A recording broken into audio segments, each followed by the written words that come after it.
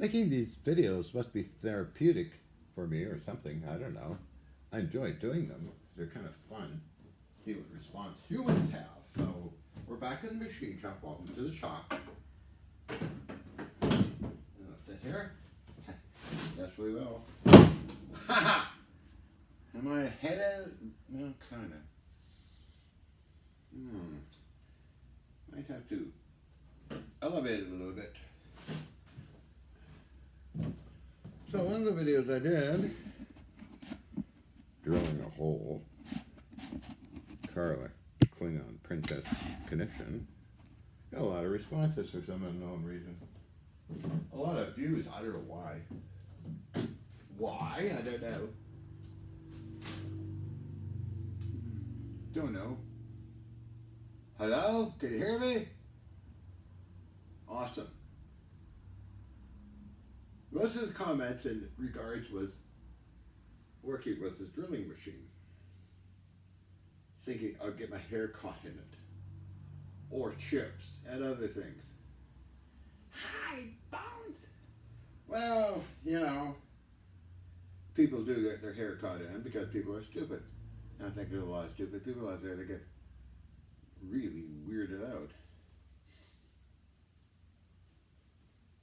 I think my head is, am I cut off? Well, I sit on this thing.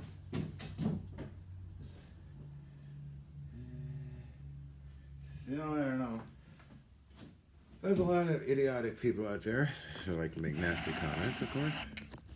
And why that is, I understand psychology because they're jealous. Stupid. Good percentage of people are stupid. Useless. They got the new breed of characters. They come into view. Kinda. Sit back here then. Buy their lays and grizzly stuff. Looking on the forum, it's these groups on Facebook. Oh, he dropped his lathe. Oh, he doesn't know how to work this. Or somebody got crushed with a lathe. Or they get an old machine and they don't know what to do with it, and they always ask questions, do you know what this is? Talk about dingbat stupid. Oh, come on. Anyway, I'm sad to say there's a lot of stupid people, a lot of good people, a lot of smart people, a lot of real good people. But basically, a lot of real stupid people. So, safety is the issue, huh? Well, let's start with my chemistry. When I was a kid, I made nitroglycerine in my mother's refrigerator. Try nitroglycerine. And a lot of different chemical explosions. Never got injured. Okay, that's when I was a kid. At 5 years old, I handled a German Luger pistol. Not shooting it. Uncle Robert Stevenson gave it to me to play with. I love smashing into all this new age, perfect, censored garbage going on these days on the internet anyway. Yes. At 11 years old, I got my two guns. Ross Rifle 303 and a double barrel shotgun. From then on, it was a German Mauser, and on up over the years to machine guns. And over the years, the laws kept changing and restricting. But I passed all my safety protocols with handguns, machine guns, rifle handling. That's why I had an FAC, Federal Firearms Acquisition Certificate. Okay? Great. Never had an accident. Even did make my own rounds in unknown calibers. Proof testing. Did a lot of proof testing. I made my own cannons. Come on. Made my own cannons, number one. Okay, so all of that. No accidents, no problems. Got into high voltage, and we're talking about substation type transformers and capacitors. Come on.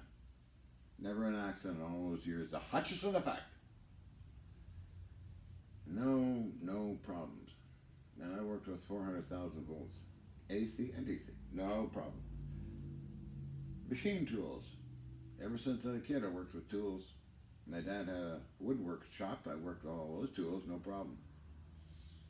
Never. First lathe was a Warner and Swayze turret lathe. No problem. Pour my own Babbitt bearings on the shafts. No problem. Never, ever an accident. And all these machine tools, well, I use them. No problem. Okay. I dismantled on 4 warships the cannons, plus all the electronics. No problems. Because you mess with cannons and dismantling parts and pieces and you know what you're doing, you're in for a hell of a surprise, like that guy from Amick Salvage who tried to take apart a 19mm anti-aircraft gun, which made the news. He killed himself because of the springs that came out of the bogey mount. Get that? Bogey mount. I knew the cannon and I saw it on the news. I offered Amick Salvage to buy it for $200 and they simply gave it to me and I dismantled most of it, took it back to my place in Lynn Valley. You can see a part of it on the news story. When I did the first levitation for the news, I had that traverse mechanism. Somebody stole the rest of the cannon because I got interrupted with some other things, and still on the lookout for that cannon.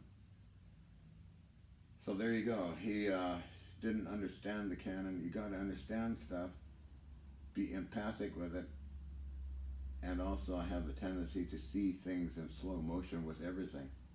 So if I'm standing here drilling this with a drilling machine, which you all like to complain about, well, I know exactly all its energies and strength. And I can see a chip when it's coming and I can flick it out of the way. So the age of programming by so many people. But there is safety protocols that people should follow, right? Right. Because a lot of people are idiotic and stupid, and a lot are not. And I've been watching recently, in the last several months, folks in Pakistan, how they run machine tools. It is amazing how they pour molten metal. It's amazing. No, they don't wear any safety, nothing. A guy walking along with a little bit of molten metal leaking out onto the sand. He's just walking across with sandals and pouring the whole thing. The lathe operators go by total feel. Where you got other idiots in North America, I guess you call it. Don't know what they're asking the holy ground, but there's a lot of talented people out there, by the way. Like my good friend Paul Mueller. RPM Tools. He's a true genius. So there's a lot of really good people out there and a lot of idiots. So are the idiots the grizzly buy junk people, or the old people that buy something that's very old and don't know what to do with it? I don't know, but it's intriguing, isn't it? So, don't tempt fate. Working with brass, I do wear glasses. But brass is tricky. Especially in milling. You get little sharp needles flying at you.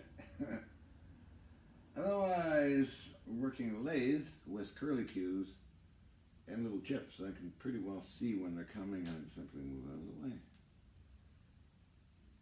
Same with high voltage. Oh yeah. You don't know I work with high voltage, do you? Because you're just a bunch of nuts. And I like dressing like this, by the way. I find it satisfying for my own self-imagery situation, okay? For you to criticize that and other people that dress this way or other ways is ridiculous and bigoted. Same as you criticize people from other countries that their skin is a little darker or they're wearing a turban is bigoted. Stupid, ignorant sandwiches out there. How about all the people from all walks of life? Being in Canada, I enjoy meeting people of different cultures. They have something I can learn from. If I'm unsure of something, I would search it out. If I'm visiting another country, I search out all the rules and regulations and respect them and dress accordingly, okay? I wouldn't dress like this. No. No, no, no, no. I dress accordingly, and I do it when I'm going to the scrapyards and seeing people in real life. This is just the internet full of good people, crazy people, psychopaths, and people that live on Facebook. You've forgotten what reality is. And you may notice that a lot of our poor population in North America, and probably elsewhere, walk around with a phone like this. What the hell are they doing? Come on. They're staring at their phone, which is a two-way radio or two-way television set, or what do you call it? I guess that's their thing that they like doing. Problem is, people are getting more, I notice this bit too, more timid, especially on the internet. Facebook's an interesting psychological mental hospital that way. They won't comment too much, but they put these little likes things or these little jiffy things around. They're too timid to even write something, and there's people that do write things which they are not timid. So humanity is so timid they don't upset anybody. They wind up in jail or with crooked lawyers and crooked judges, which is preemanates the whole USA. It's just full of this graft and corruption. As my dad warned me in 1970s, he didn't want to come here, but all in all, there's so much graft and corruption, it's sick. But there is so much interesting, talented, cool, fun people in this country, in the United States. Land of miracles and unique things and inventions and discoveries. It's incredible. Every country's got a bad side. Canada's slowly turning into a socialistic country because of Trudeau. But anyway, that's my opinion. You may disagree, which is your right to do so, after all. I'm just a silly piece of shit myself. Should I say that or I get banned? I didn't know the answer. But that's intriguing, isn't it, huh? So this iPad is resting on Mr. Excello, which is a milling machine, which I've operated, which works well. I worked other machines bigger, but that was limited.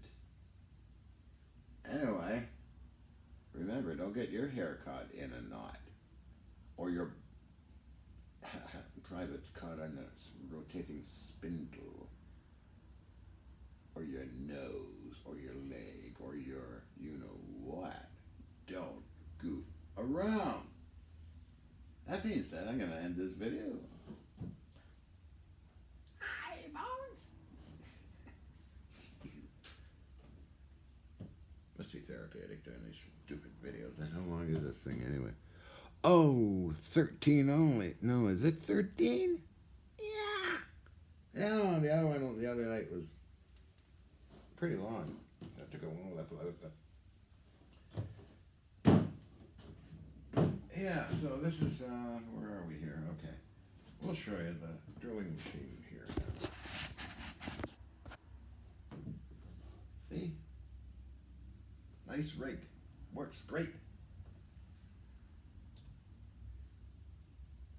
And that's the big lathe, which works great too. Both made in China, but they work great. So you're going to jump on the bandwagon and say, oh, I got a Logan. Or a Cincinnati and all that garbage. Come on. They're nice machines if you get them in good condition, but if they're wrecked up during wartime use, you got a problem. I got this fellow down here. He's wartime use, suitable for wartime use. This rotary table. Luckily, I had to clean it up a lot, but it works great. I mean, you get stuff that's all banged up, missing parts. When are you gonna find the parts? Send it to me. I'll take care of it for you. Silly humans. Like this clapper fox here. Can you say clapper box?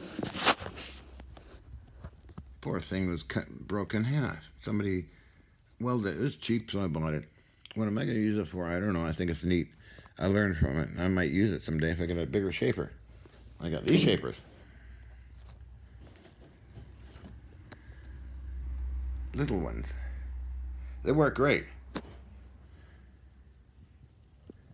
So, I'm going to sit down and talk up close to this thing, huh?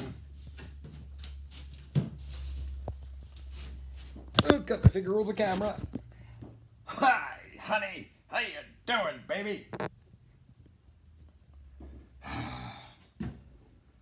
Well, when automatic machines, you need a chair to sit in. So I use this chair here. And let them do their thing. And you gotta throw the switch in case you don't want something running into the spindle. This thing's a good photograph, wouldn't it? Well, come on, don't do that. What happened there?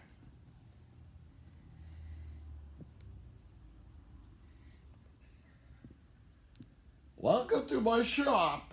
Hi, welcome to my machine shop. Well, what we're gonna do today is get undressed and get an oil job. Spread those chops. Come on, honey. Yeah, I'll turn off these damn idiots out there.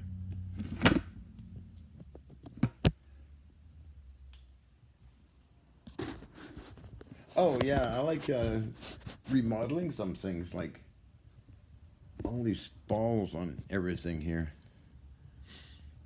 Bronze and steel balls. I throw all the plastic stuff out that some of these machines come with. That's all round balls. The Ball Baron YouTube channel, or eBay. See, I'll show you all the balls. No plastic. Some are 3-inch in diameter balls. Yeah, let's do it. All the garbage in the trash, tighten everything up, double check everything, repair it, and get it running. Nothing wrong with a lot of it, you know, just some of the plastic things Steve throwing out, or some of the electronics gutted and thrown out and replaced with something else that works better. This lathe works really great. It really, it's a 10 horsepower motor, 223 phase. Used it a number of times, cuts great. This little lathe works fantastic as well. It's a little jet lathe. End mills. Okay, I'm gonna go.